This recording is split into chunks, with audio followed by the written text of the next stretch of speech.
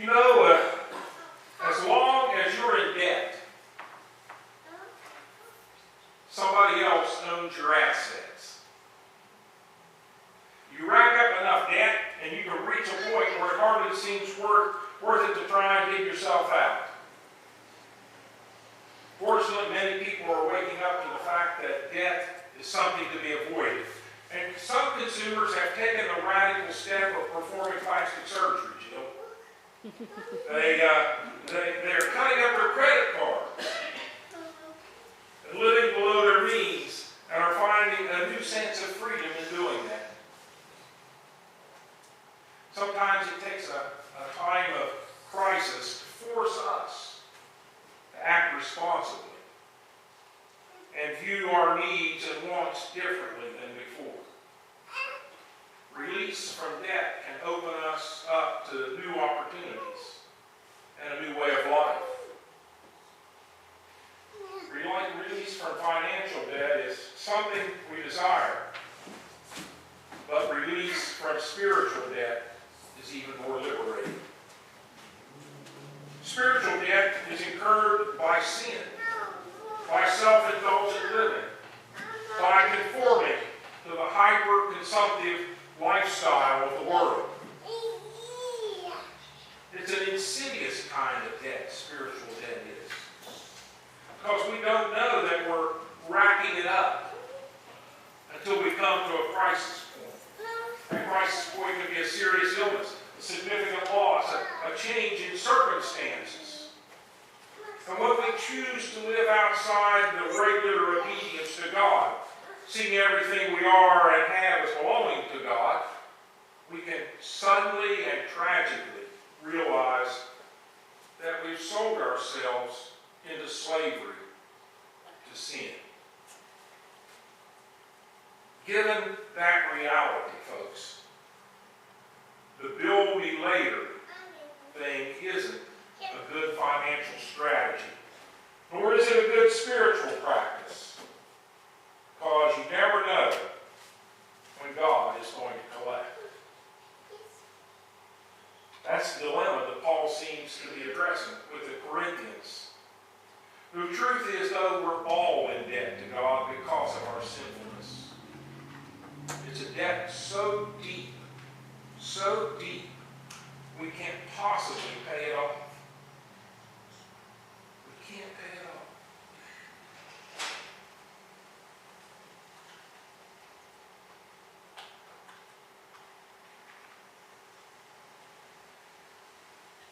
We can't do it by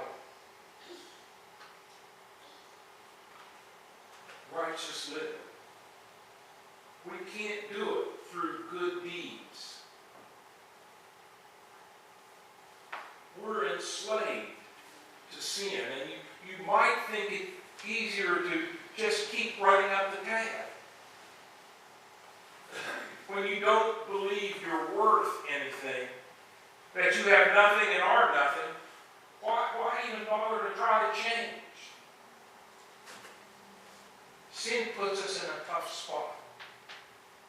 But Paul, acting like an enthusiastic first century debt counselor, offers some good news to spiritual debtors. Imagine, if you will, that someone paid off all your financial debt, and they paid it off in full. That your credit report went from 500 to 850 in an instant. Just imagine that. That's essentially what Paul says has happened to our spiritual debt. With the coming of Christ and through his death on the cross, on your behalf and my behalf, there's a new creation. The old life of sin and death has passed away, and the debt paid off through Christ. Not through anything you've done or I've done. It's been paid off by Christ, through Christ, in Christ. In Jesus, God is reconciling us to himself, erasing the ledger of sin, and instead offering us a clean slate. I remember when I was a kid, things were tough. 4 of us kids in the house, and Mom and Dad. And when the coal industry went in a slump, Dad was working for a machine shop up in Clarksburg, downstate. It was up for us downstate, down in Clarksburg. And they rebuilt mining equipment. Dad got laid off. There wasn't any work to be had. Right up the road, just not far from the house, was a little store out in the country. Woody Toothman owned it. Everyone knew it was Woody's store. And you could go over and charge stuff at Woody's store. You could get your bread and your milk. If you didn't have the money to pay, Woody had this long cardboard box, and everyone had a charge book in it, and he would pull the book out. He'd write down what you owed. Sometimes Dad's charge count got pretty high. Sometimes it was a good bit of time before any money came into the house. But when Dad got his hands on some money, he always went over to Woody's and paid his debt in full. Woody kept a copy. He gave Dad a carbon copy. And it always said right at the bottom of that carbon copy, paid in full. Paid in full. My friends, we have a debt that we can't pay. It's a bigger debt than my dad ever ran up over at Woody Toothman's store. And we can't pay it. But God, through Christ, is erasing that ledger and offering us a clean slate.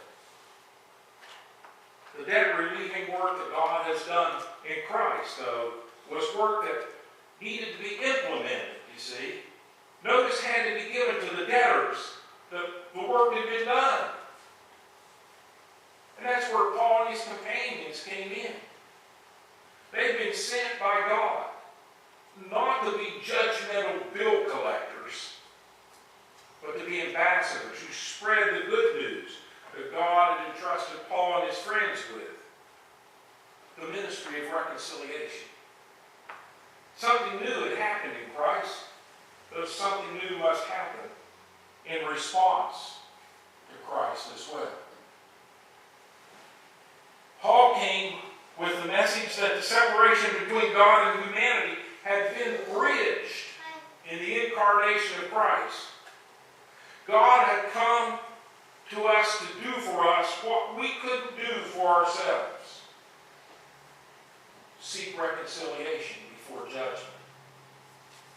It's no wonder, folks, that the Corinthians thought Paul a little bit strange.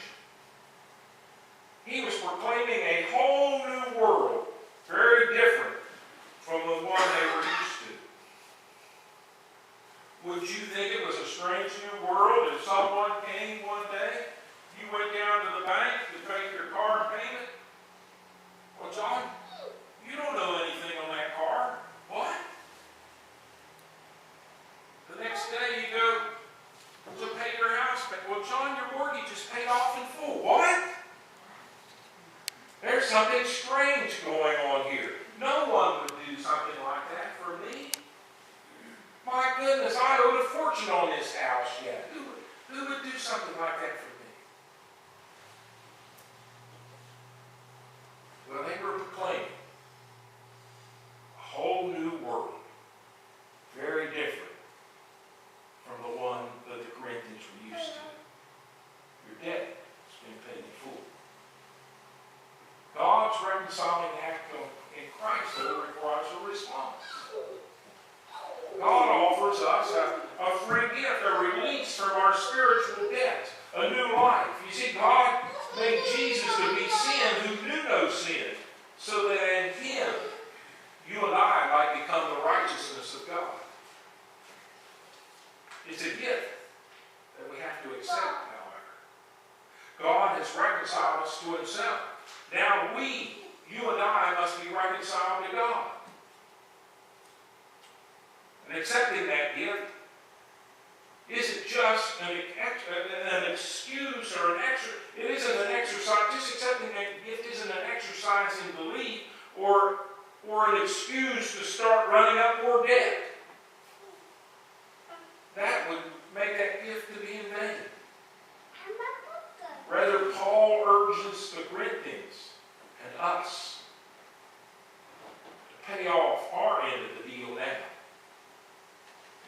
waiting until sometime later. Now is the acceptable time, Paul says. See, now is the day of salvation. Not tomorrow, not the next day, but today. And the sooner we accept that gift of grace that God's offering us, the sooner we can begin to live the life of the new creation. Paul and his companions, they carried this message of debt-free living to the world at great cost to themselves. Yet the change that their message wrought on a debt-laden world was dramatic. Paul's missionary team may have been poor themselves in terms of coinage, but their message was designed to make many rich in God's grace, proving that it was possible to have nothing according to the world's standards, yet possessing everything in a relationship with a generous and self-sacrificing God. On Ash Wednesday, this evening, we recognize that when it comes to the world's standards, we too really have nothing. The ashes on our foreheads remind us that we are dust. And to dust we shall return. And as the old saying goes, folks, you can't take it with you. You can't take it with you. All of that stuff that we've collected in our lives will eventually go to someone else. We were talking about it at Pleasant Hill this morning. It's time to do your will. You go see the attorney and you draw up your will and you leave this to so-and-so and this to so-and-so and you divide up your monetary assets among the kids, and then you wonder, are they going to use them responsibly, or are they just going to go out and waste them and throw them away? Burn it all up like that in an instant. New cars, fast women, all this stuff. You never know, you know? And you begin to wonder, well, have I done the right thing with this will? Hey, all that stuff you've collected, my friends. All that stuff that Dawn and I've collected, her grandma's antiques, all of that will eventually go to someone else. We come into this world with nothing, and we leave it with nothing. Some of you heard me say it. Bear with me if I repeat it again. But my friend Jeff Barb, who was the funeral director in Parsons, we had long talks on the way to the cemetery. I told the congregation, St. John's there in Parsons one day. I said, don't get too attached to your stuff, because Jeff Barb, it doesn't pull you all behind the hearse when he's headed to the cemetery. So don't get too attached to it. We come into this world with nothing, and we leave it with nothing. The ashes also remind us of the debt of sin that we owe, and that at death the bill comes due. While that may be a depressing load, and it's never a full house on Ash Wednesday, never is. While that may be a depressing load, facing the reality of sin and morality can bring us to a decision point, a creative crisis, if you will.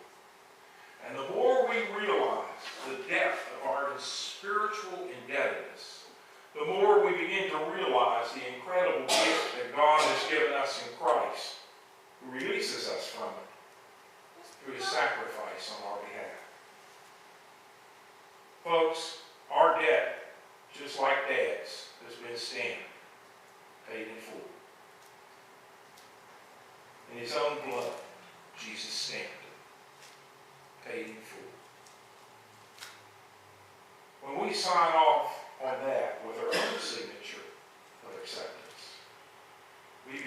see the new creation breaking in all around us. That's the good news for us this Ash Wednesday evening.